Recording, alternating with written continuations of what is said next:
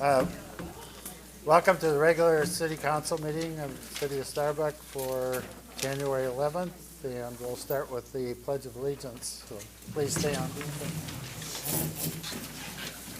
pledge allegiance to the flag of the United States of America, to the republic for which it stands, one nation, under God, indivisible, with liberty and justice for all.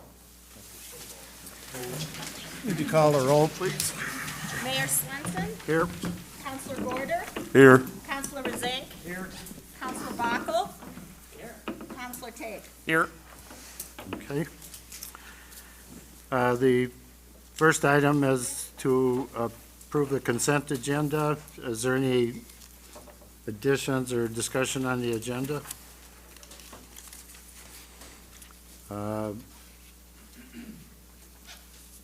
Any questions or anything on the minutes of the past meetings? I make a motion, we accept the consent agenda. I'll second. Okay, we have a motion by Councilman Razink to accept the consent agenda, seconded by Councilman Gorder. Any further discussion? Hearing none, all in favor say aye. Aye. Opposed, same sign. Motion carried. Before the public hearing, we're going to swear in the council, and Joan will take care of that. So.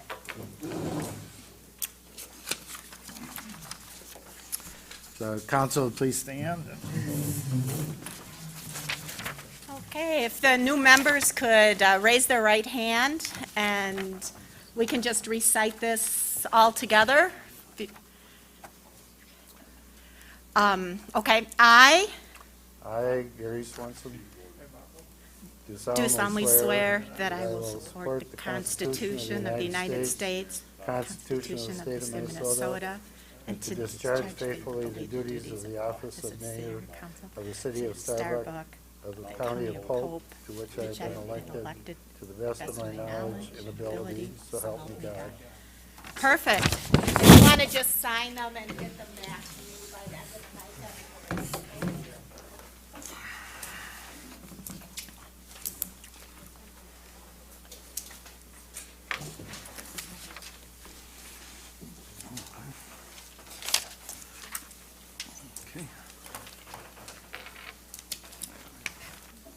Okay. Okay, the next item on the agenda is the public hearing on the proposed marina. And I just had this included just to hear everybody's opinion. And there's not going to be any decisions made tonight or anything. We're just looking for public input. And so we've been in contact with the DNR and with the MnDOT. And in fact, we have a Zoom meeting coming up Thursday with MnDOT.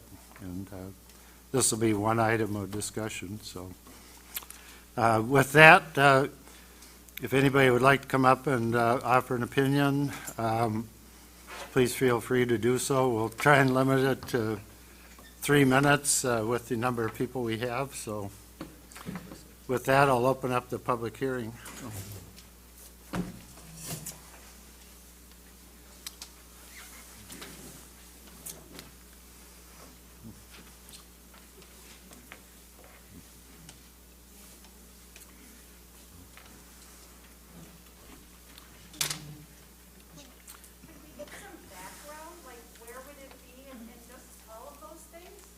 Please, if anybody wants to speak, please come up to the podium and. Can we get some background, please? I don't think any of us know anything about it, other than what you hear and stuff, so I think that would be really helpful. Well, the background I can provide, I guess, is that this is something with the new campground and the additional people in town, that there's a demand for the for a marina and places to put their boats. The city-owned marina is full every year. We have a waiting list, and it gets crowded on the landings down there on the weekends, and it's a little hard to get in and out. So I think the demand is there. It's something that the city would look forward to having some additional revenue to help with our budget, especially after a big road project. And I think it would help the city as a whole to attract more people to our side of the lake and so forth. So, Dorothy, did you want to say something? Well, I think it's a wonderful idea. I think our town needs it. How would the city go about, would they be leasing the land? Or leasing, Well, we, or is it going up for auction that someone could? no, Because from what I hear, people are all for it. They just thought it went around the wrong way. And it seems like. well, yeah, I think we discussed that before, and I took the blame for that, the way it happened last year in 2020 or Yeah. and so forth. So we did say that if there was opposition, we would pull it out, but we didn't go through all the proper procedures. And that's one reason we're having a public hearing tonight, is to allow everybody to voice their opinion and so forth. So, Well, I think it's a wonderful idea. and I do. I'd like to know. we haven't decided yet. No decision has been made on whether it be a lease or conditional use permit, or that type of thing. And Where would it be exactly? Do you have a map? yeah, there's a map up here at the table. And please, if anybody wants to comment, please come up to the microphone so everybody can hear you. So, Will it be public? Are you at the microphone, Joe? Yep, I'm at the microphone. Everybody can hear me. it will be public. We spent all our COVID money on. But Right. it could have helped the businesses.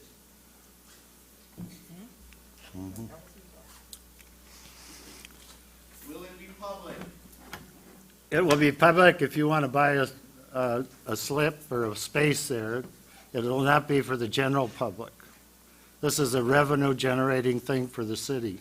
It won't be for the taxpayers. Well, it will be. Yeah, it would, I'm looking forward to opening up my restaurant. And with the new park, and if we had a place for them to put their boats, it's gonna bring us more revenue. So, and I don't think we can throw COVID at any of this. I mean, that's totally a first off, useless battle there. We can say a million different things there, but it's not gonna, we need new people in town. We gotta have, They're already here. well, they're gone right now. Yeah, every winter. Yeah, but that's the way our town is. We are pretty much a tourist town. And we can't survive, I don't think, without the tourists. A lot of my customers are elderly. I do not have the senior contract for senior meals or anything like that. The only way I make it is the tourists. And if I don't have a tourist here, me personally, my restaurant won't make it. Others will. They have bars, they have senior meals, or they have, there's so many different things they have that my type of restaurant don't have. So I need the kids and the families. You give away our shoreline, you don't have anything. What do you mean by that? That means that you look at taxpayer shoreline. Hi, Chris Gracke. I'd still like some more information as far as what you're thinking about. I think the marina is great. I think it's needed, absolutely.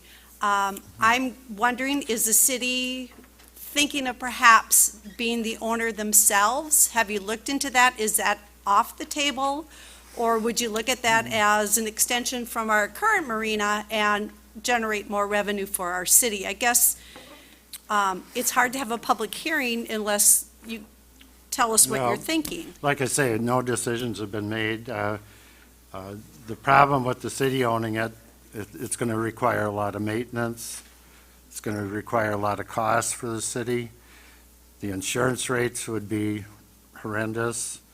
And, there would just be a lot to consider for the city to own it. And my personal opinion, and it's up to the council, but my personal opinion is that I don't know that the city wants to get into that, Would the city be willing to at least pursue that and see how much it would cost? Again, I just think if the marina is making us money after a number of years, perhaps the second one would. And I would really love to see more revenue coming in that perhaps could help lower our taxes or pay for other things that we need. So it's not against the marina. I just would at least like the city to explore the possibility of owning it themselves and absolutely still hire out. I mean, we have two businesses in town, bring things in and bring things out and all of those types of things. But to look at some other things would be great for more revenue, I think. We could finish our Christmas Well- decorations. well, Thank we you. will certainly, that's certainly something to consider, and it's something the council will look at before any decisions are made. And I would like to let everybody know, too, that we will have another public hearing as we get more information and know more, more facts about the situation. But I just wanted to, make sure everybody could voice their opinion and so forth. But nothing is off the table yet, so.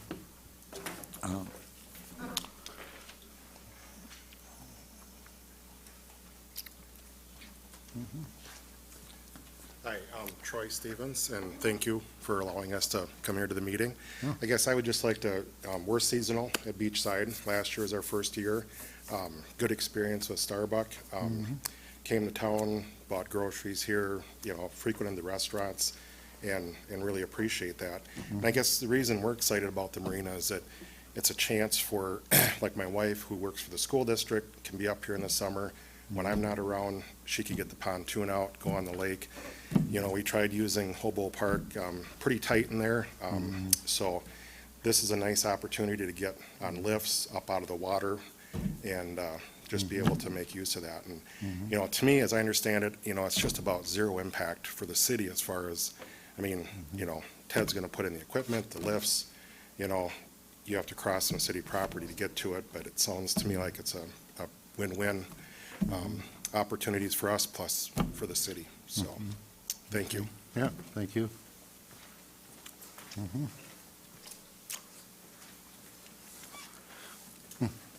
Hi. Hi. I'm Steve Klinkhammer. I'm from Marshall, Minnesota, and thank you for listening to us. And we're in the hotel business, so we feel the same pain that many of your small businesses are feeling during this COVID and lockdown times. So I wanted to say that. And I also want to say, basically, kind of what Troy said, too, we're in the same boat here. We come up here on weekends, and I'm not able to have my wife come up and use the boat. We have family members around that would gladly come down to Starbuck, pick up our boat, go boating, spend the day in Starbuck when I'm not there to put the boat in and out. So I think it's a good idea, and we spent a lot of time at the beach last year and at the landing. It really is overrun, and it is, we believe it's really needed. Thank you. Thank you.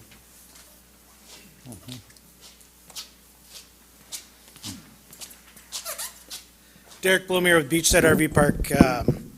Just like to say that in our park, there's a lot of people that could utilize another marina option, including actually some people that are not in Beachside RV Park that would like a more of an open area to get their pontoons or boats in and out if Hobo Park is a little tight. And then this would be a better option for some people that live in town or live in the country, in the area, to utilize also. These people are spending a lot of money here in this town, and for them to come and utilize something like this would be phenomenal. Whoever does the marina, it'd be a big deal for the city of Starbuck. So. Thank you.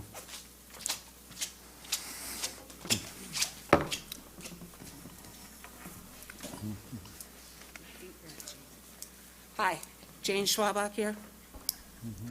And I just want to hear clarification.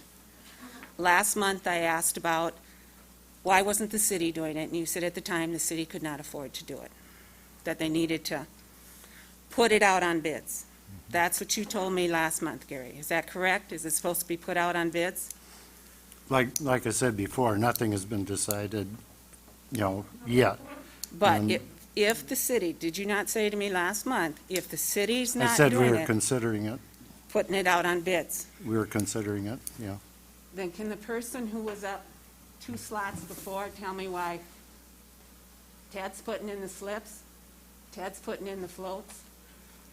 Can somebody tell me that? Because that's who put it in last summer. So it's automatically his this summer? We just used his Oh. name because that was what we were told last time. Will it be put up for bid? That's the question I'm asking, because and you know how word spreads around here. Bottom line comes down to it's already been decided. Who gets, and how many slips are we putting in here? Because I need to know how many people, how many places are there at this RV park? There's 49 lots. Okay, so there's 49 boats then? No. Not everybody has a boat. People interested in this marina, not everybody interested in this marina are even at Beachside RV Park. Okay. Some people are from town Oh, that are interested. Some I- people are from the country that are interested. I get that. This is a community interest, Okay. not just the RV park. But what I want to understand is, how big is this marina? And is it going to meet the needs? Because I'm getting the drift that, I don't know, I look at that picture and it doesn't look like there's that many Oh, slots. no, that picture doesn't, that's just what we had last year or whatever, but DNR wants to make sure that we only have enough slips for the demand or whatever, that, it's not going to be sitting empty or anything like that, that DNR wants to see it utilized and make sure that there's a demand for it. So if there's a demand for 48 slips or something, then that's probably what we'll have. If there's a demand for more, then we'll probably have more, but, So there's still a lot of things to be decided before you even could think about doing this. Oh, sure, yeah, I mean, people can speak up and say, I want one, until they find out the cost, and then they back off. well, there is no cost to, the city would get revenue from this, so it'd be a revenue generator for the city, and it's not going to cost Starbuck residents or taxpayers anything. Yeah, it is. It's gonna cost us our jam. Will you come up here, please, and identify yourself? Cost us our jam on Would you come up here, please? And if you want to talk, please come up here. I got more. Okay. So the city's getting the rent from the slips, or the person who's putting in the marina gets the rent from the slips? Yeah, unless the city, decided that they wanted to own it, but then there would be a cost, yeah. So, and earlier you said something about a person would buy a slip? Is that what you said? Yeah, But that would from whoever's lease or operating it. rent? They wouldn't own the slip then, is what you're telling me? No, it'd be a rental or a lease agreement, yeah. And that would go to the person who puts in the marina? Right, and part of it would come to the city. Unless the city owned it. There you go. You got it? Okay. Have you? I just want to say one more thing. our town really does need this. And for years now, we used to have a boat, and when we built our house, we put a third garage in because there was no way to get a slip at Hobo Park. So I think it's very well needed, and if the taxpayers don't have to pay anything, I kind of like that a lot better, that the people that can afford it can get a slip. You still got your public access, we're not losing that, right? No. So anybody that wants to enjoy the lake, and I understand that, I can't back up a boat for $1 million, I still can't do it after all these years. So I understand these gentlemen that were up here that said their wives can't put the boat in. I'd be one of them. So I know there's a great need just from hearing from my customers that they would come more if they could have a place to put their boat. So I just think it's a no-brainer. I think we need to do it. So that being said, I'm going to sit down. Thank you. Husband says, uh-oh. It's not that bad, really. Kim Hendershot, I live in Starbuck now. I lived here about 10, 20 years ago. I agree because we don't have any place to put a boat. Another thing is, who is buying the material, the docks, the lifts? Who's the bill going to that's paying for that? Oh. Is it city or is it gonna be, Well, it would depend on if it was city-owned. right, or if it's not city-owned, then If who it's would? not city-owned, then be it would the- be the operator of the Right, so marina. they're footing the bill for the docks and all the lifts and everything, right? I mean, if it's not city-owned, If it's not city-owned. right, so there's a big That's cost my for that person that, That's my understanding. yeah, Okay. yeah. So, Mary Beth Noyes, and just to let you know, we had 5 or 6 empty slips last year down at the marina. So we do have slips available for people to put boats in. We don't have 49, but we had some open slips, and anybody who came in got a slip. Do you think the Starry Stonewort problems had anything to do with that? No, not for the slips that we have, no. But one thing, Mary Beth, is that marina wasn't designed for large boats, or if they have bigger pontoons or something, the space is limited, right? Right, yes. Yeah. They have to be a lot more careful when they're backing out and going Yeah. forward, so. So Yep. it's just like Hobo Park, the marina wasn't designed for bigger boats, and the Hobo Park wasn't designed for bigger campers with slide outs and everything, so. And that Yep. was the first year in how many years that we had slips available? Well, we had it the year before also, not that many.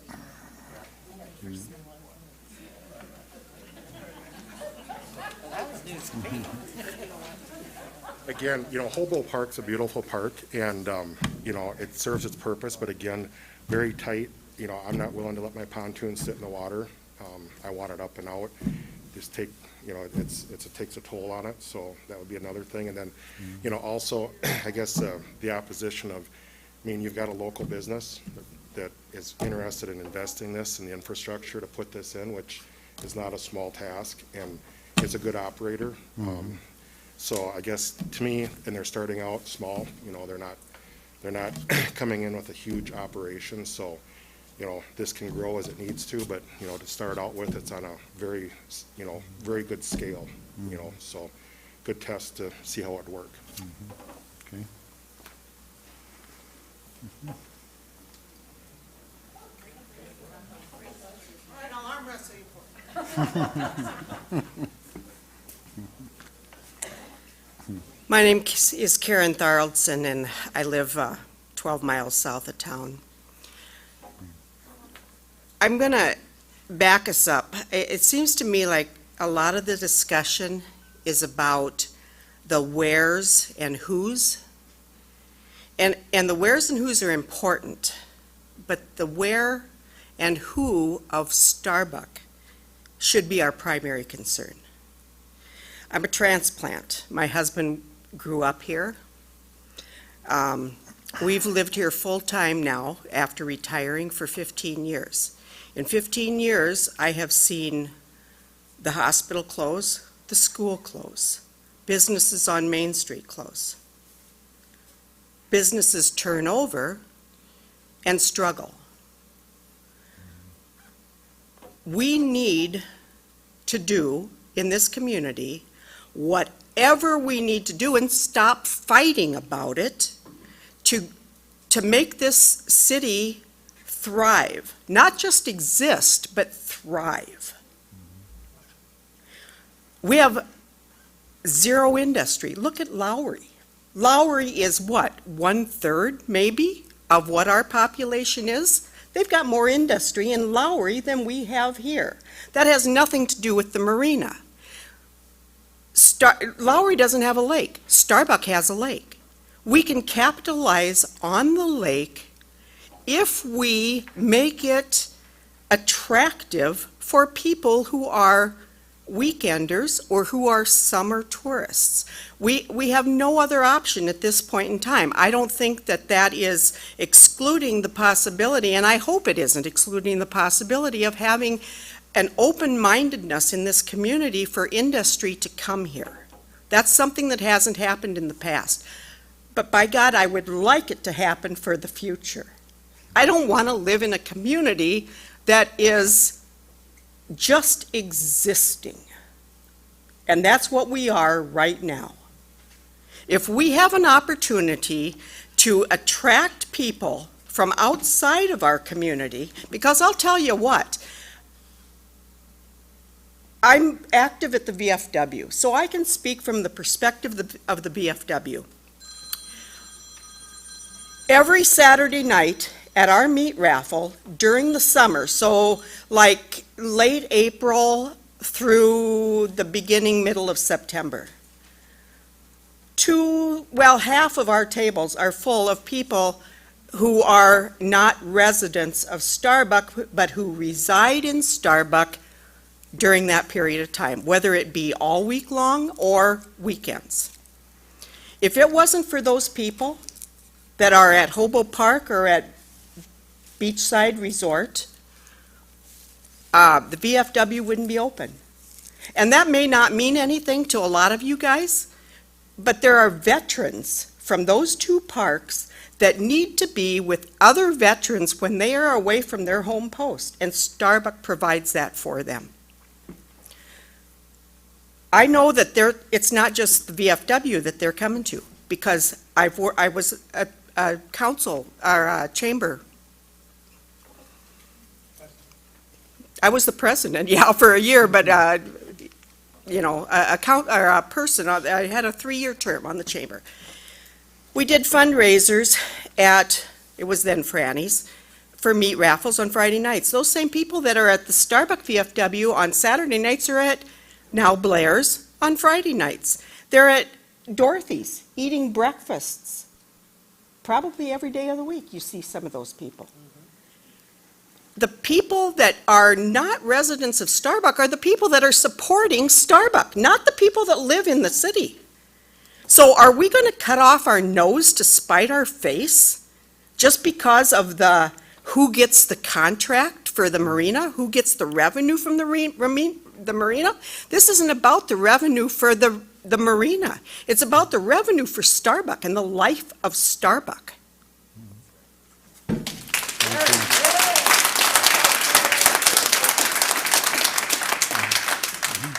I'm Katie Leppa, and I'm a newbie. I've only lived here 40 years, so. I don't think it's a question of wanting a marina, and maybe I've come in late, but it seems to me we need to do a little more investigation and discovery. Find out who these people are who want slips. If there are empty slips in the current marina, we need to figure out why and fill them. I'm thinking 49 slips for a good-sized boat. That's an awfully big marina, but I don't know that. But I'd like someone to come and tell us.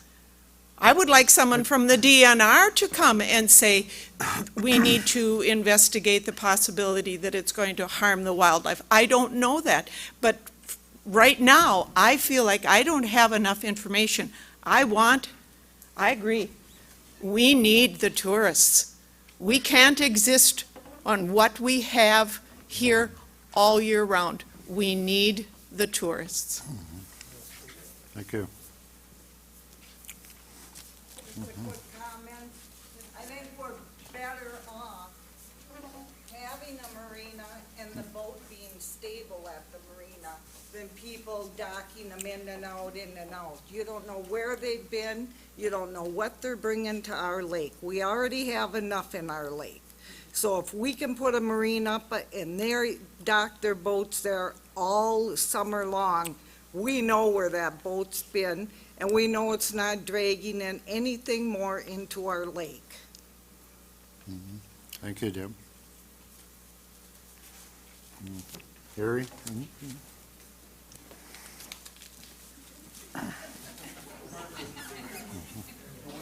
There may be those who are against the city of leasing land or something to a private business.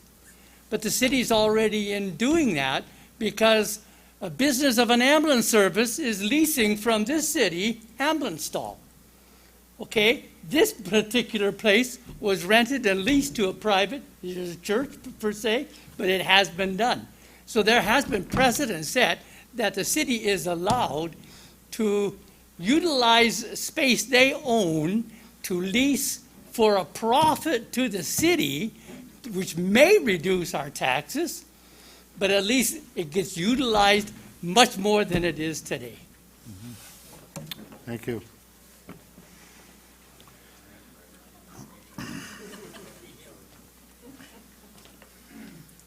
I'm Brad Freeze from Beachside RV Park, and last year was our first year at the park.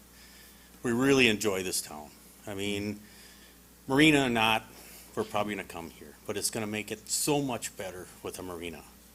I've heard everybody say from docking your boat in, to the traffic on the highways, traffic at the boat launches. I mean, it's all gonna be a lot better for the city. Why everybody's against one person putting this in is beyond me. You have a business in town that brings in money to this town, but yet everybody is against this guy doing this marina the way it sounds to me. I came here blind. And now I'm here, and the name can't even come up because Troy had said it. The name of who was gonna do it. And all of a sudden, boom, somebody gets up and they're all against this. Why? I'm not against it. No, why are you against one person doing it? We have 2 businesses in town.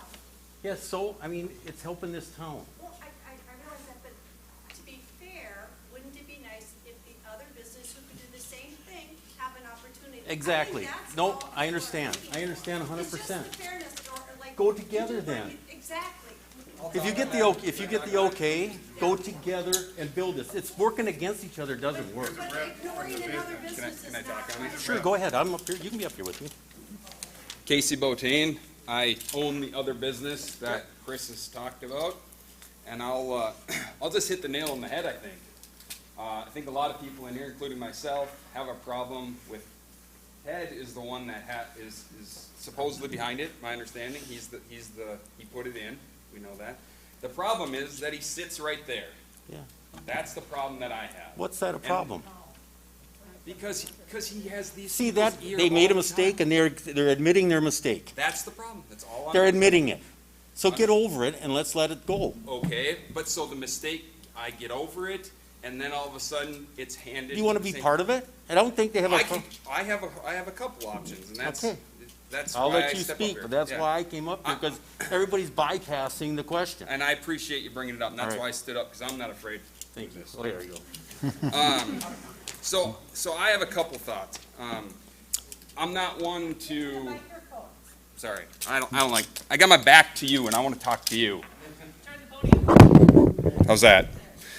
I have a couple thoughts. I don't want to steal someone's idea. That's not my intent, right? But it is a public space that should be probably let out for bids if it's going to happen. I'm 100% for the idea. Don't get me wrong. I think it's awesome. I mean, I make a living selling docks and lifts. And by the way, I don't know who was up here that was talking about industry. I own a business that I grew up here. I own a business. I employ 6 people full-time. A couple of them are in the room. So we're not all struggling. I mean, I see the town, but there are people making a go out of what's in here. Blooms are an example. They came to town. They're making a go out of it, you know, and the lake is a huge part of it. But I have a couple thoughts. One is, okay, let's go together on it, you know. I don't know how that would work. That's something we have to have. But currently, there's not really a plan for you guys to give your feedback on. We come here and let's talk about a marina. Like, generally when someone wants to do something on public property, there would be a plan, like what it looks like for 10 slips, what it looks like in 10 years. So that's what we should see. If we're still at the point where I can provide a plan like that, I'd be happy to do that. Another idea, we've talked a little bit about the city owning it. If the city's still open to that, I could put together a plan of what it would look like for the city to own it. There's ways to do that. And if it makes money, which is what we're all talking about, the city can make money at it too. I mean, there's a fine, delicate balance between what the city should do and make a profit and take away from private enterprise too. I'm not saying the city should be in every single business that there is, but some things, when you have a gem like Starbucks City Park involved, that may be something that the city should handle. On top of that, they are already in the marina business, so if there's liability, you should have that already because you have people walking on docks. You already have insurance costs. You're already renting it. Mary Beth is handling that, and so I'm not saying that you want to, but those might be reasons to consider why it makes sense for the city to own it. And they would have to own the permit too, correct? So this is my thinking, and there has to be, I don't know. If I was going to be involved in a plan, like I would want you to see the giant big picture plan, and I think that's what a lot of people are asking here.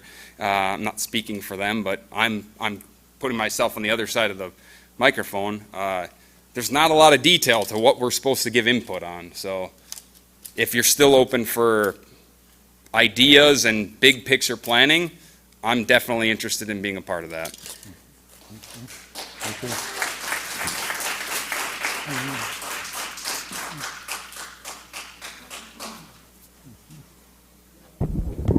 Hi, Jeff Martin. During the summer, I reside at Beachside RV. And the rest of the year, I reside in a little town south here, about 25 miles, Benson. But when I'm here during the summer, I spend all my grocery money at Tom's. I go to what was Franny's and is now Blair's. Go there on Friday night. I go to the VFW. I spend my money in this town. I'm supporting the town.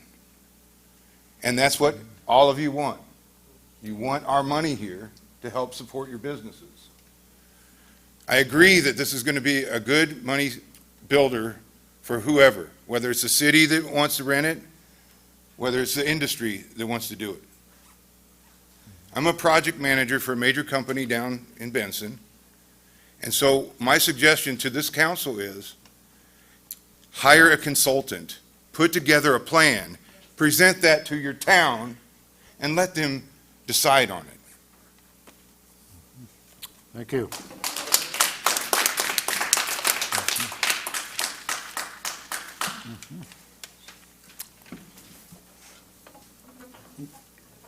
Is there anybody else who would like to comment, or?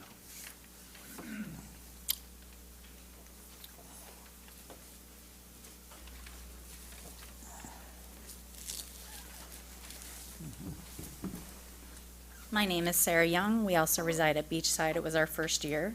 We also spend a great deal of money in town. I did have my name on at the marina for a slip and did not get a call back. It was full. It was the beginning when we first started the season, and I did not get a call back. I also see the benefits in keeping the boat out of the water or having another option. Doesn't matter who runs it. It just would be nice to have another option. I am one of the wives who can actually back the boat in, but I would prefer not to. I live in Benson, and it's only 18 miles, and I would very much like to come up during the week and just get to business and get on the water. But I do have to go to a landing, and it can be very tight in the marina, so a little nervous about talking, but that's what I'd like to offer. Okay, thank you.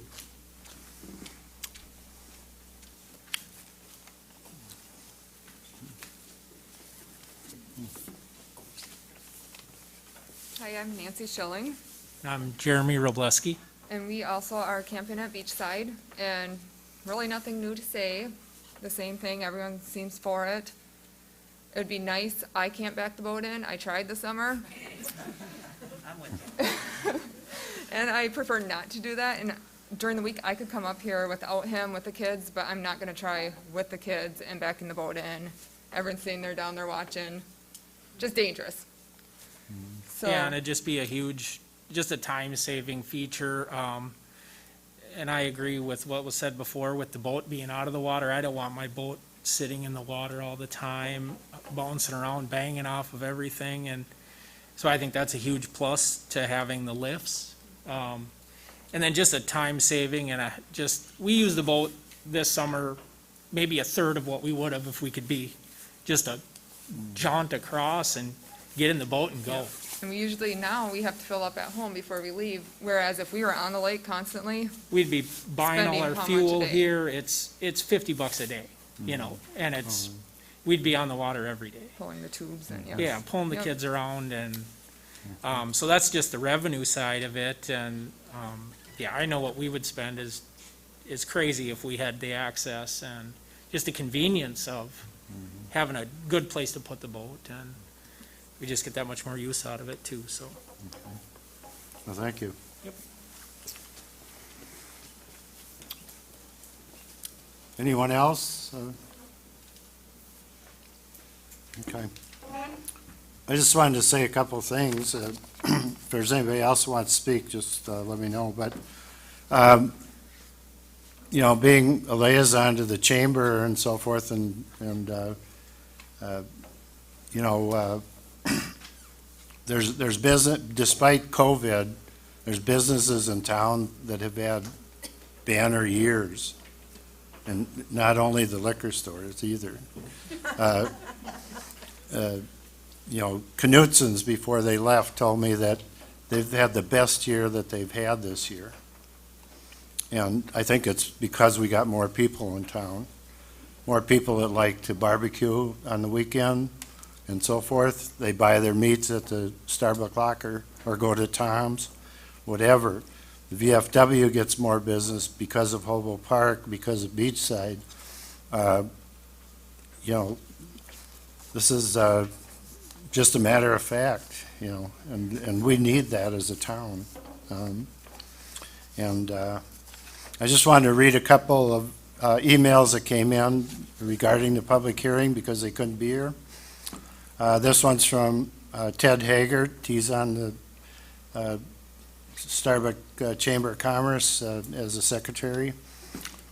And he says, I won't be able to attend the hearing. I wanted to share my thoughts and opinions on a new marina, my 2 cents. As the current marina is annually sold out, community members and summer residents need additional space to dock boats and pontoons. As a resident who uses the DNR boat launch in the marina, congestion is an obvious problem. A location near the skate park in the Lakeshore Park or near the city landing south of the beach would both serve as great locations. Both locations provide parking and are a suitable distance from the swimming beach.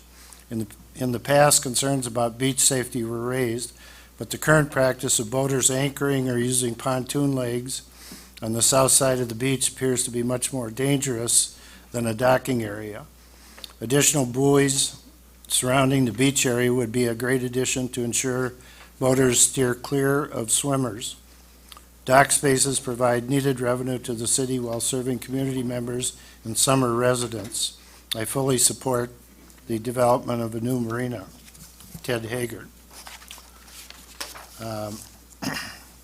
And I think we've heard from Harry Block, but he's just saying, I'm totally in favor of a boat docking area leased from the city to a private entity so that the city has an income with no liability or labor.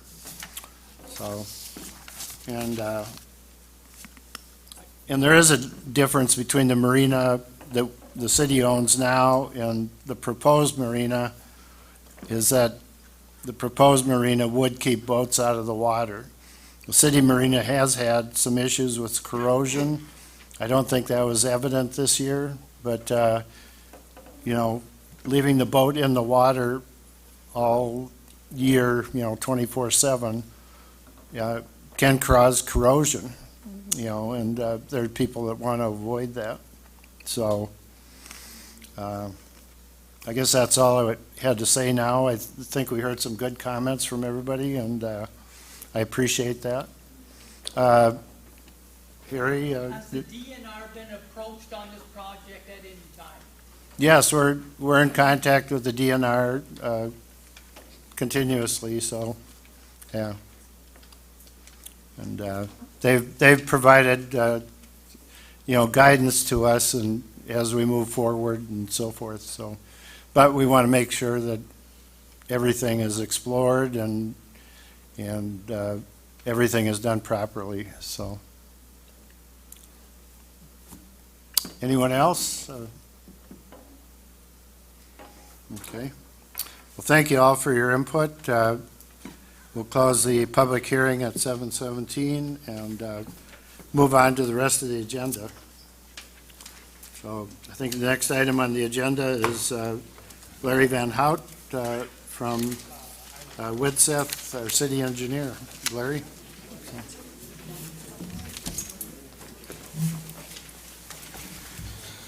Okay, just wanted to give you an update on some of the projects. First one is on the Trunk Highway 29 lift station rehab in Forest Main.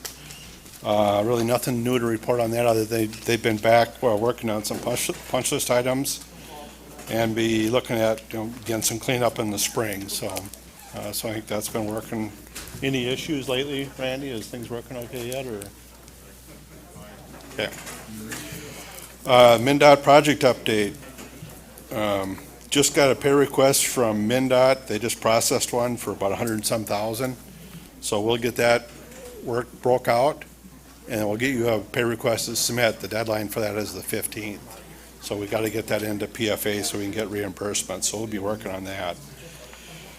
I know I talked to you about before we had the petroleum, contamination. That was, we really didn't run into much of that.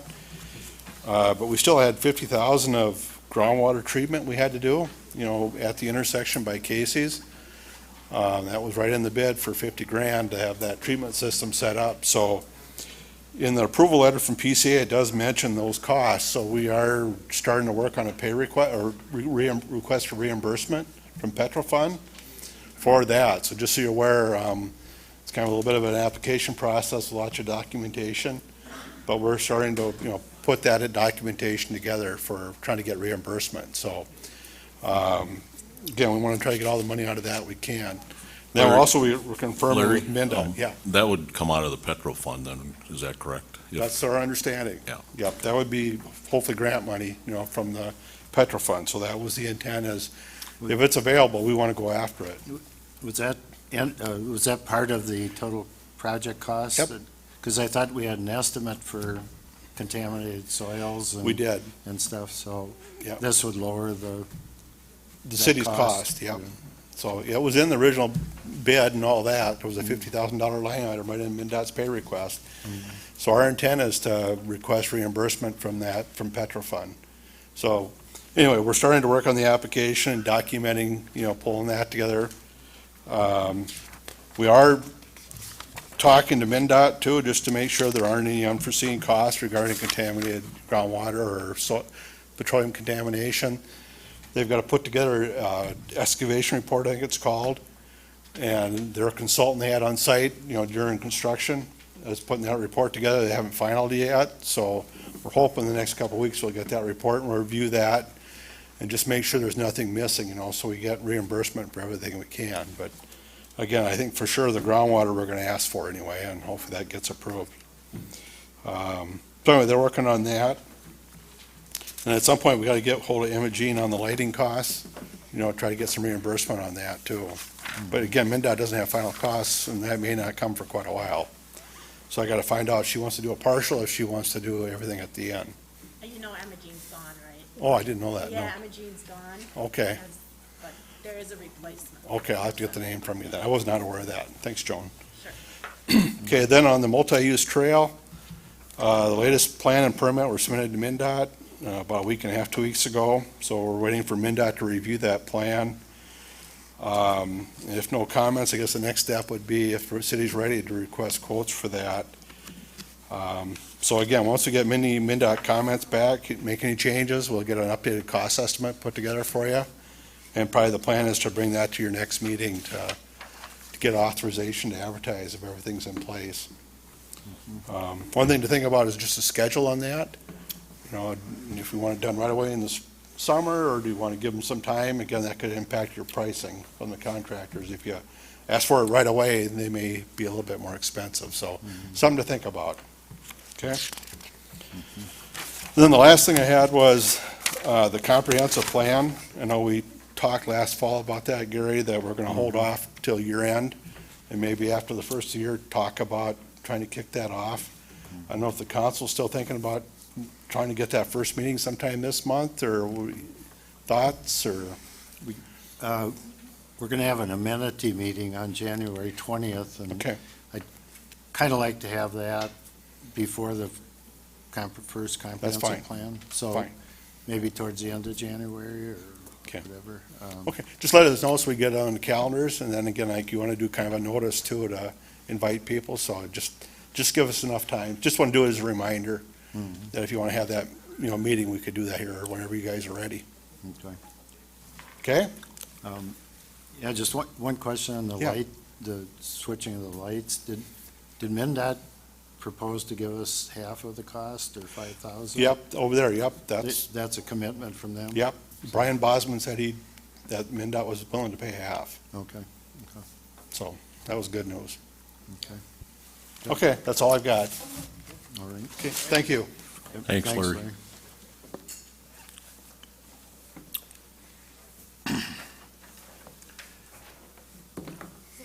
We'll move on to the agenda. The mayor's comments are next, I guess. I just wanted to say that, as probably a lot of you are aware, that the new COVID variant has been found in Minnesota in about 5 cases, and some of these cases date back to the middle of December, so this new variant is among us, and it's around, so I just want to encourage everybody to continue to wear masks in public, to social distance, and to wash your hands, and whatever you need to do to keep from getting infected. This new variant is supposed to be 50 to 70% more transmissible, so it's worse than the original COVID, so as far as transmission. Apparently, it doesn't affect people any worse than the original virus, but it's still more transmissible. So, we heard about the new marina, and yeah, we got some good comments, and we'll take that all into account as we move forward. There'll be another public hearing, one or more public hearings before we decide anything definitely. The multi-use trail, as I mentioned, we got a Zoom meeting with MnDOT on Thursday of this week. We'll be discussing the possibility of the trail on the west side of 29. We'll probably also be talking about the potentially having a marina in the park area. And then lastly, as I mentioned to Larry, we're going to have an amenities meeting on January 20th to look at what kind of amenities we want to have after our street project is done, whether it be benches or trash receptacles or planters, flower planters, or artworks or bike racks or anything like that. So we'll be putting it in the paper and advertising it on our website. So if anybody's interested, January 20th at 6 o'clock, we'll have that amenity meeting. When we went through the road project, we did have a group of people that came to the amenities meeting. It wasn't a large group. We did try to publicize it, but maybe only a dozen people showed up. But we're throwing it open. To anybody that would like to come from the community that has an interest in the road project and what we do for amenities along our streets. So with that, I'm going to turn it over to Chief of Police Mitch Johnsrud for our annual summary of our police department. So probably turn down the lights a little.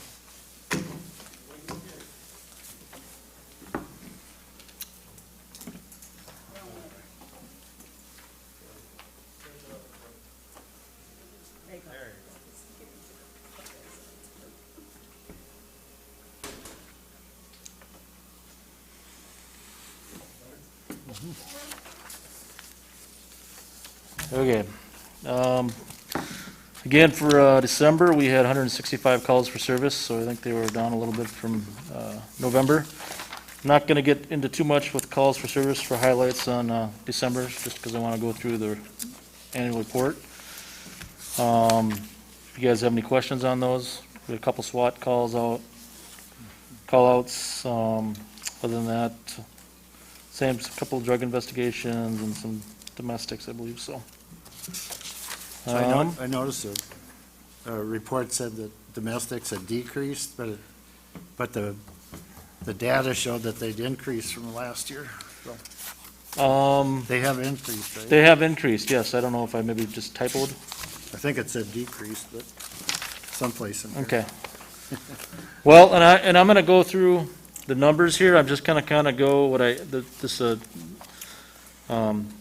as we go. We're going to start up here with, I think I got the right button here. Total calls for service, again, we're down. We've been, for the last, goes back to 2015, where we're at about 3,400.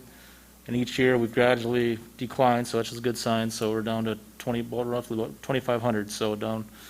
So that's been good. Definitely with COVID, though, other things have been happening.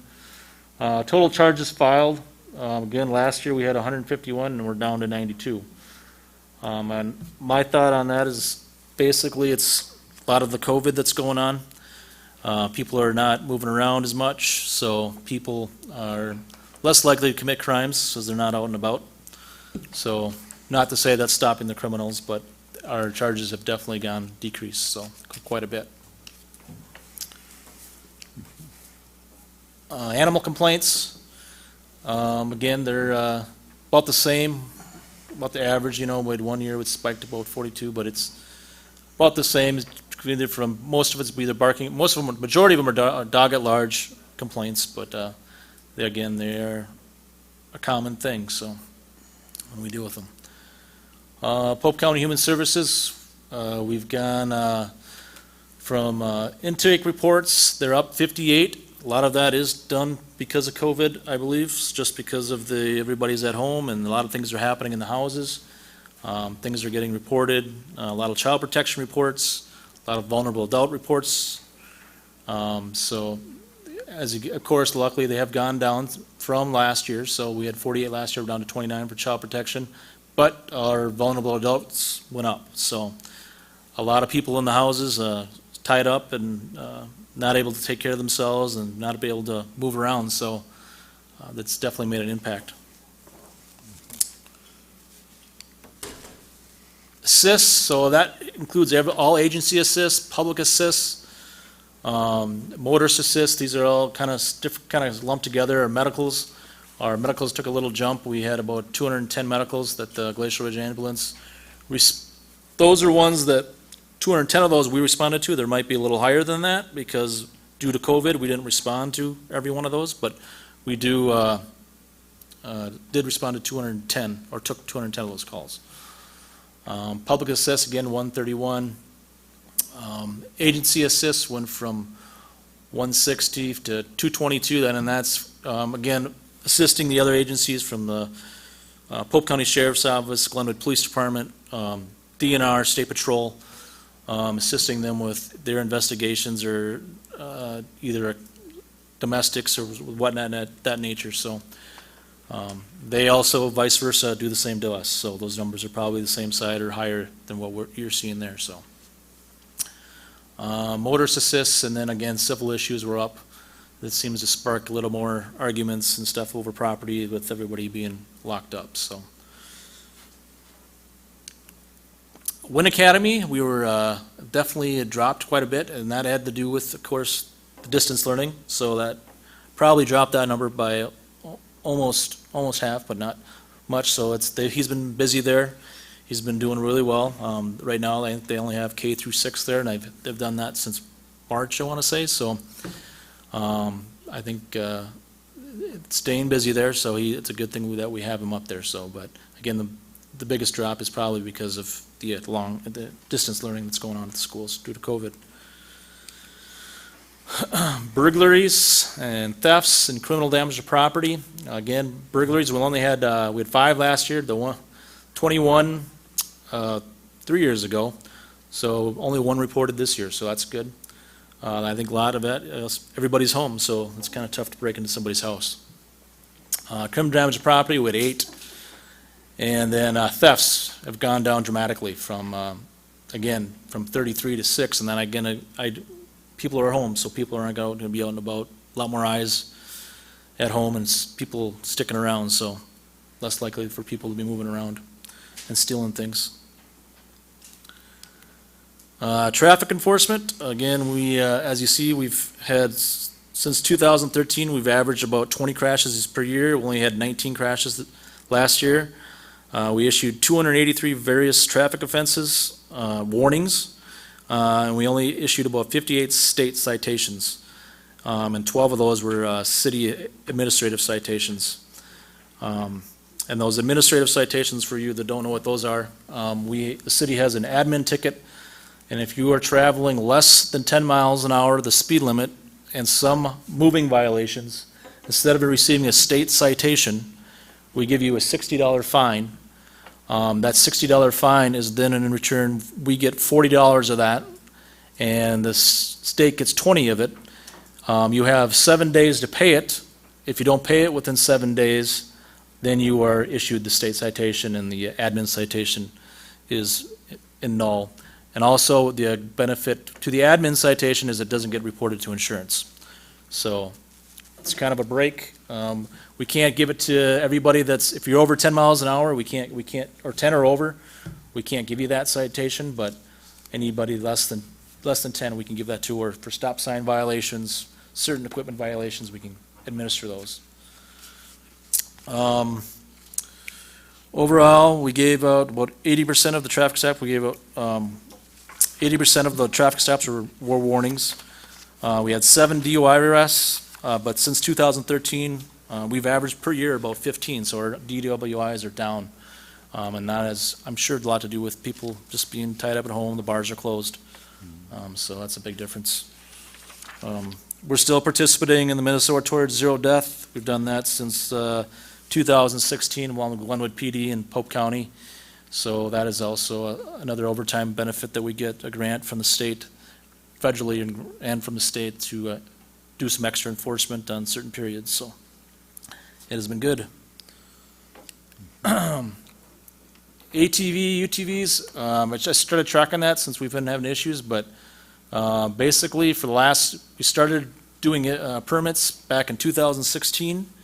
As you can see, for complaints in 16, we only had roughly, let's see, 27, or we had 7, 2, 4, and 27 complaints this year.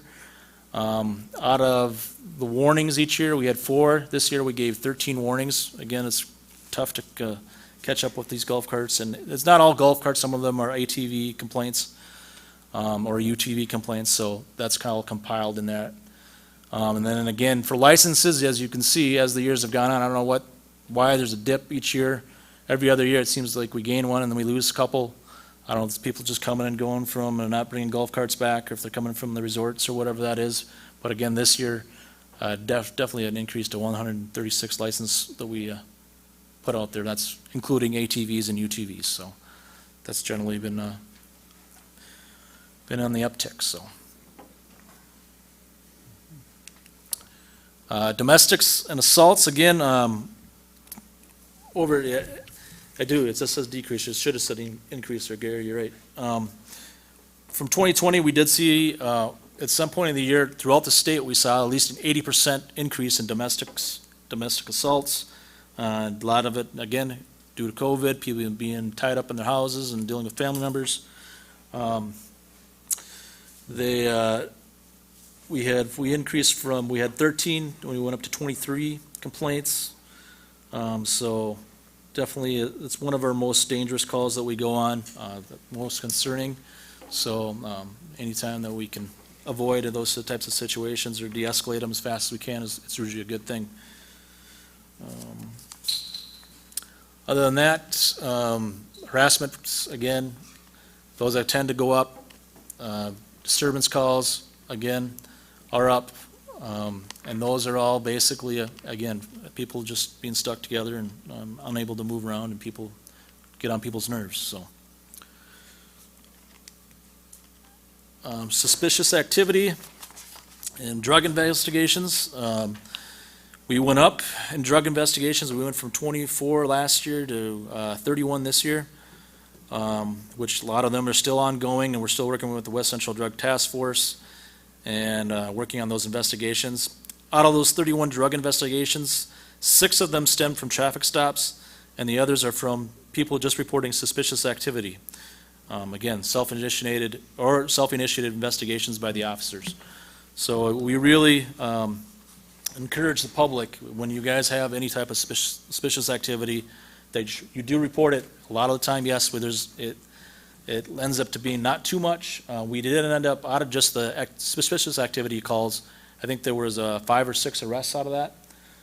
Some of them were drug-related, some were DWI-related, some were just theft or car breaking-ins and stuff like that. But we had 2 suspects that we received felony charges for felony 5th-degree possession of marijuana and synthetics. We have 4 suspects received charges for 5th-degree possession of methamphetamines, and 2 others received 5th-degree possession of unknown prescribed medications. Again, we had 49 of those calls, of the suspicious activity calls. 5 of those were ended up in criminal investigations. So, again, that's very important that we continue to do that and work on this, so. And that's all I got. Do you guys have any other questions for me? Yeah. Yeah. So, another thing I was just gonna bring up, we do have a, get that later. Just to kind of let the public know, there's a new device that we will be carrying. It's called the Bolo Wrap. It's the new way for law enforcement to de-escalate people without having to go hands-on. It's lower level for, actually the lowest level between verbally talking to someone down or using the Bolo Wrap. Next would be mace or the taser. The Bolo Wrap is it's a device. It's a handheld yellow device, and it shoots out a kind of a rope it's got 2 fish hooks kind of thing at the end of it. And if a subject is getting combative, or we think we're going to have to go hands-on with that person, instead of us walking up and going hands-on, we pop it, we tell them they're going to get Bolo wrapped, and it shoots out a rope, and it wraps around their body and holds them up and ties them up so that we can go hands-on without injuring our officers or them. It doesn't hurt them, it doesn't affect them, it doesn't pierce them, it will not choke them out. It's been proven, scientifically proven, it's agencies all across the United States and the world are using it, but it's a new project, so you may see that out in the street. If you're hearing BolaWrap, it does make a pop sound it sounds like a firearm going off, but it's not a firearm, it's a loud pop. Can So- you reuse it, or is it a one? Yep, no, it's the one-time use for that cartridge, and then we just reuse the next cartridge, so we have. Spider-Man. Yep, and if you just Google it's called BolaWrap. If you look at it, there's all kinds of YouTube videos on it, but it's a very, 21 feet, it's a rope, and it shoots out so fast you can't even react to it. So it's gonna be a very, very good, I mean, especially with some of our mental health situations we get into, where we don't really wanna go hands-on, and we see the person's getting aggressive, we can just wrap them up and go hands-on without having to hurt anyone, so, or take anyone to the ground, hopefully, so. But, other than that, that's all I got. Okay. Yep. Right in front here. Is it? Right around the front, just underneath. Thank you, Mitch. We want to see that demonstrated. If Doug says he'll run that way, could you demonstrate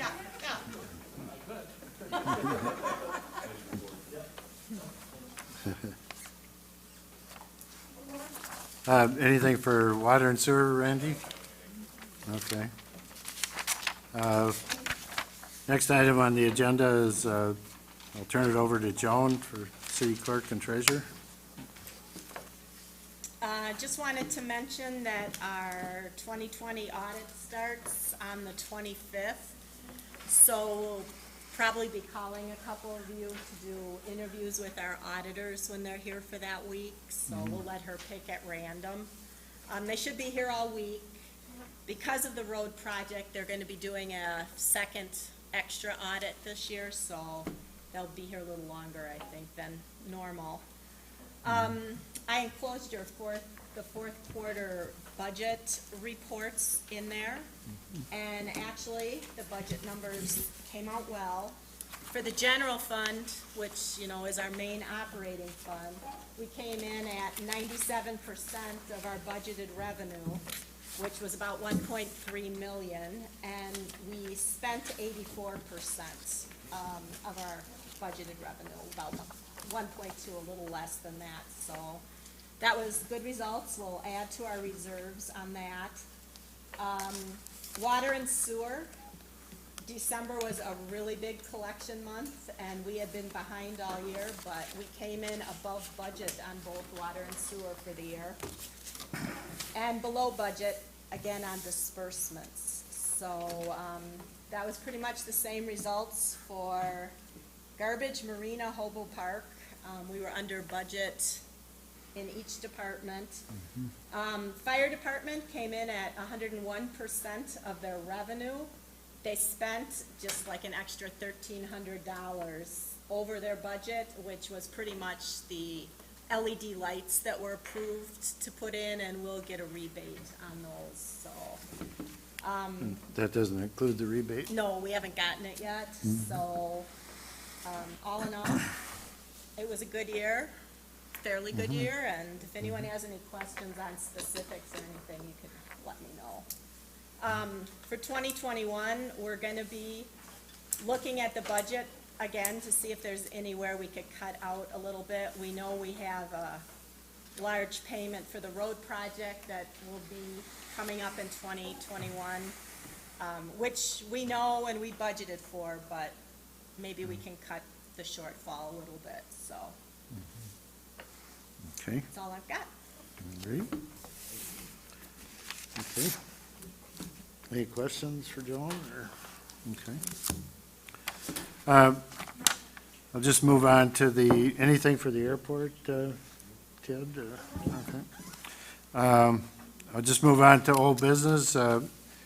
We talked about the liquor licenses for Water's Edge and Blair's, because they haven't had on sale for, almost 6 months or more, and so Joan looked into it, and we can rebate some of that license cost at we charge them $2,000 for a license, and with the COVID and being shut down, they're struggling. And so the city wanted to look to see if there's anything we could do to kind of ease the pain a little bit, so. Is it a rebate or is it for next year? Can we get Well, money? we can cut the cost of the liquor license for 2021, and they've basically prepaid it, so if they've overpaid, we'd refund the difference.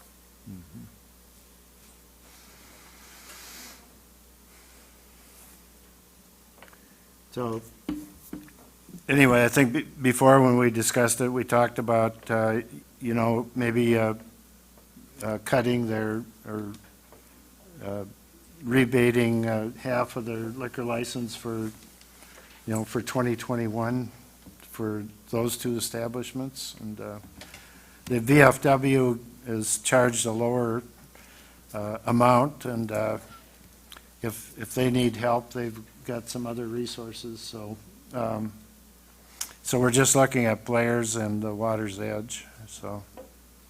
I'd make that motion. Okay. I'll second. So it's a motion for $1,000 refund? Correct. Okay. So we have a motion by Councilman Rezink to refund $1,000 for the 2021 liquor licenses for Blair's and the Water's Edge, seconded by Councilman Tafe.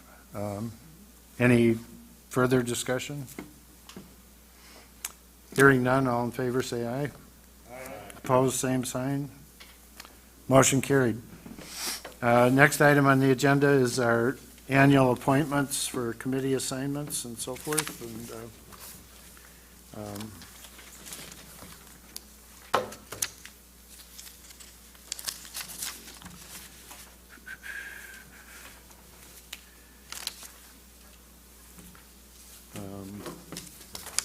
I don't know if there's any, I talked with Joan about some changes. I don't know if Congresswoman Balco, if you want to be on the beautification and forestry committee, or if you'd rather be on Blight. I want to be on Blight. Give her both You- of them. I can do both, Do you want to, but I definitely want to be on Blight. are you okay with Mary replacing you for That's fine. for Blight? Yep. Okay. Do you want to remain on the beautification and forestry? Yep, that's fine. Okay. All right. Then on the Finance Committee, that's something new that we haven't had before. I did talk to the Finance Committee in Wilmer, and to see what the makeup of their Finance Committee was. And, they actually have a staff and everything that reports to the council and provides input to the council and so forth. I don't think we need that much of a Finance Committee, but I think we need something in the fall when we're considering our budget to have some input to the budget and advise the council. Wilmer has, they have a 8-person council and 1 mayor, so they have 9 people, and 4 councilmen serve on the Finance Committee. And so as I'm envisioning this, I'm just thinking more of maybe 1 or 2 meetings a year at the most. And so I asked Joan to be part of this Finance Committee as the treasurer, and I would be on it as the mayor. If we could have a couple other council members, I would appreciate it, so. Would you? Okay. So Steve will volunteer. Anybody else? I can be on You want to be on it, Ted? Okay.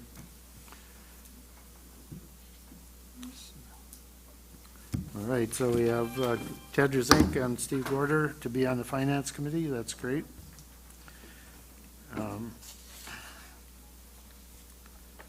See, Public safety, we've got to take off Calvin off of there, and on airports, we got to take Tom off. Do we need somebody else from the council for the airport, do you think? As far as what you have them down on. You got yourself, Tom Bukens, Mike Erickson, and Joan. That's probably fine. I don't know if we really need anybody else on there. There's really a lot going on down there. Okay. All right.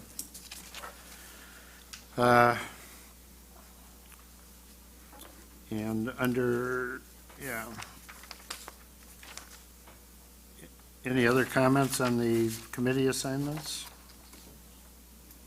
We did, Joan has talked to Eagle Bank about making sure that we have adequate collateral. I think that was a finding in our last year's audit, that we hadn't checked with the bank to make sure that we had adequate collateral, or the bank had adequate collateral to protect our deposits. So. That was Lowry, though. That was Lowry not last Eagle year? Bank, yeah. Yeah. I mean, just. And Lowry's, we're good with that, so. So we're looking into that, so we don't have the same audit finding this year. And, so, okay, any other suggestions or anything on the committee assignments or annual appointments? If not, I'd entertain a motion to accept the changes.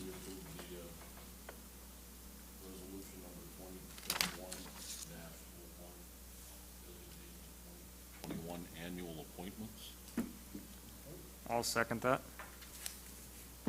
We have a motion by Councilman Gorder to accept resolution 2021-01